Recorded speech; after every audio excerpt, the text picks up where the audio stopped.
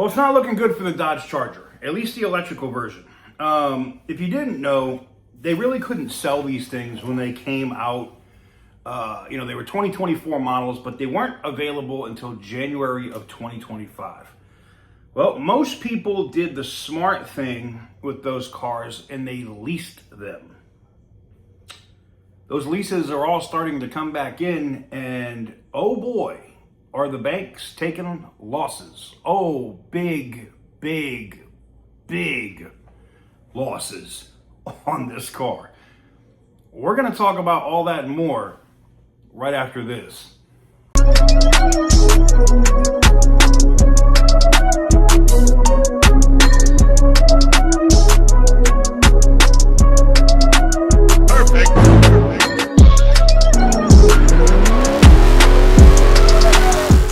Guys, before I get into today's video, we have to talk about the giveaway that's going on the channel. We are closing out the 1969 Dodge Charger with the Hellcat swap. That is closing out on the 17th. That means you currently have 5 days remaining until it closes out, and we are launching the best level of extra entries on that vehicle yet. And it also will get you entries in on the 2005 Dodge Ram Viper truck. So if you want to get a shot to win a dope-ass car, but also get a shot to win a dope-ass V10 Viper powered truck, now's the time to jump in. tk'sgarage.bigcartel.com. Link will be in the description down below. So let's talk about this.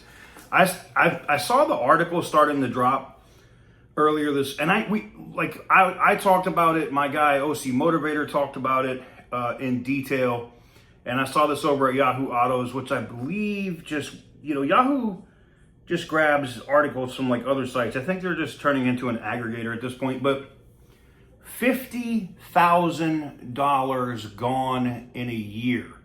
Now Edmunds also just talked about this, and the electric. Let's just get into this article right, because I think this is very key in terms of talking about this car and how, look, the car has swung me some. I was a big hater of this car. I cannot stand this effing thing. And then, as I kicked the camera, and then as I drove the vehicle over multiple events that Dodge invited us out to, it grew on me, right?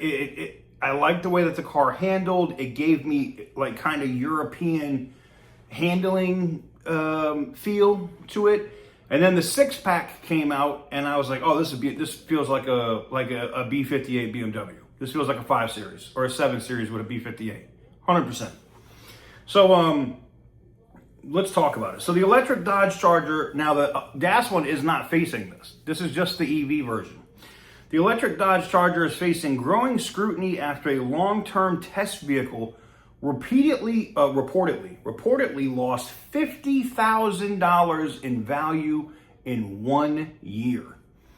Automotive publication Edmunds says it's purchased a 2024 Charger Daytona Scat Pack for roughly $82,000 before taxes and fees, only to later sell the car for about $35,000 with fewer than 7,000 miles on the odometer. The massive depreciation figure immediately reignited concerns surrounding EV resale values, particularly for high-priced, performance-oriented electric vehicles. While electric cars generally depreciate faster than comparable gasoline models, the Charger Daytona's decline stands out even within the EV segment. Edmunds also did not hide its frustration with the vehicle during its year-long ownership experience. Staff members described the electric muscle car as inconsistent, buggy, awkward to drive. I don't agree with that on the driving part, and disappointing overall, with many reviewers expressing relief once the vehicle left the fleet. Damn. The situation highlights the difficult challenge Dodge faces as it attempts to reinvent one of America's most iconic muscle car nameplates for the electric era. Oh man, they talk about all the issues that that happened with it, and we all know about the electrical issues with the Daytona. I think a majority of those issues can be tied right back to the former CEO Carlos Tavares and his cheap ass part buying fucking ways. This guy bought the shittiest Chinese 12-volt battery that he could, the cheapest he could get, and put them in those cars, and they fucking failed. And it caused that car to look like shit. No 12-volt battery, lots of issues. You know what I'm saying?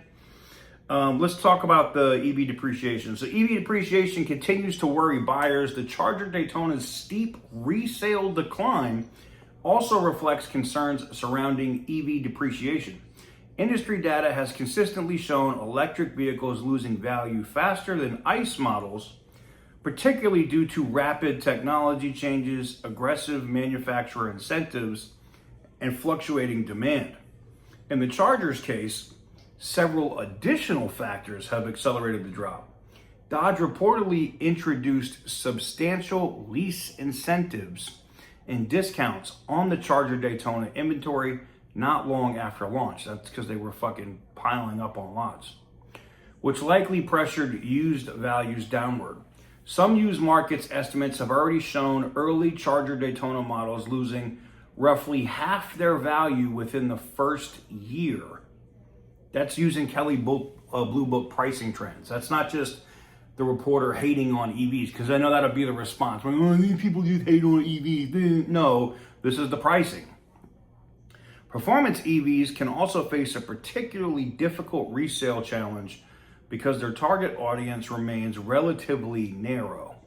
Traditional muscle car buyers often still prefer V8 powered vehicles, while many EV shoppers may gravitate towards brands more strongly associated with electric technology. They just need to say Tesla. The Charger Daytona represents a major turning point for Dodge. I don't give a fuck about that. They're just talking about how Dodge is not rebranding as an electric brand. This is also goes to like reporters not following up on the fact that Dodge has gone all back in on the Hemi, and you know this other stuff that we're seeing is nothing like that. So, anyways, what do I think? This is not a surprise, but I think you're going to see some shocking things moving forward. I have a different video on that we're going to get into later today, or maybe tomorrow, talking about what it means for those people that want to buy one of these vehicles, especially if it's new.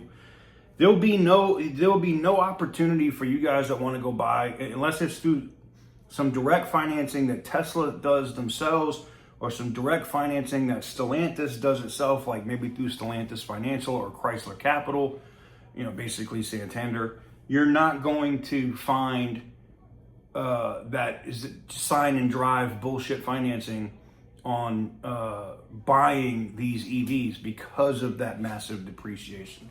And these leases, I don't think you're going to see banks wanting to lease these EVs like this as they have been doing anymore, unless it's offered something directly from the manufacturer, unless the manufacturer is going to hold a lot of that risk. I just don't see it happening. I don't. And, you know, now you have all of these, you know, vehicles that are coming back from leases. Never mind the fact that it lost all of this value in depreciation. And we'll talk more about that in the depreciation video in terms of why banks aren't financing these cars anymore. I mean, they're not financing a bunch of vehicles, to be honest, but more specifically these, it's almost impossible to get financed on these vehicles with good credit. So what does it mean for Dodge? Well, I don't think this is just a Dodge problem. I think this is an electric vehicle problem. You know, the EV tax credit's gone, so that initial $7,500 off the price, which also helped with that depreciation in the first year, is gone, right? So when you're, and this isn't, like I said, this isn't just a Dodge issue. This is Tesla, Porsche, everybody has this issue. I mean, you can see the Taycan, same way. You could pick those up for 25, 30,000 in some cases. I've seen them go. I saw one go at auction at Manheim for like 23 grand in Orlando. So yeah, they're massively depreciated. The EQS from Mercedes, oh my God. That was $140-something thousand car. They're selling them for 35, 40 grand in the secondary market. You can get one. It's an S-Class that's just electric, basically. But yeah, no, you could miss me with all that. But I want to know what you guys think in the comment section down below. What do you think about the massive depreciation of the new Dodge Charger with the EV variants? Is it going to affect, will the residual issues coming from the electric Charger affect the values of the gasoline Charger? That is the question I'm really interested in. Let me know what you guys think in the comment section down below. Give the video a big thumbs up if you like what I do. Hit the subscribe button if you haven't already. And as always, stay petty, my friends.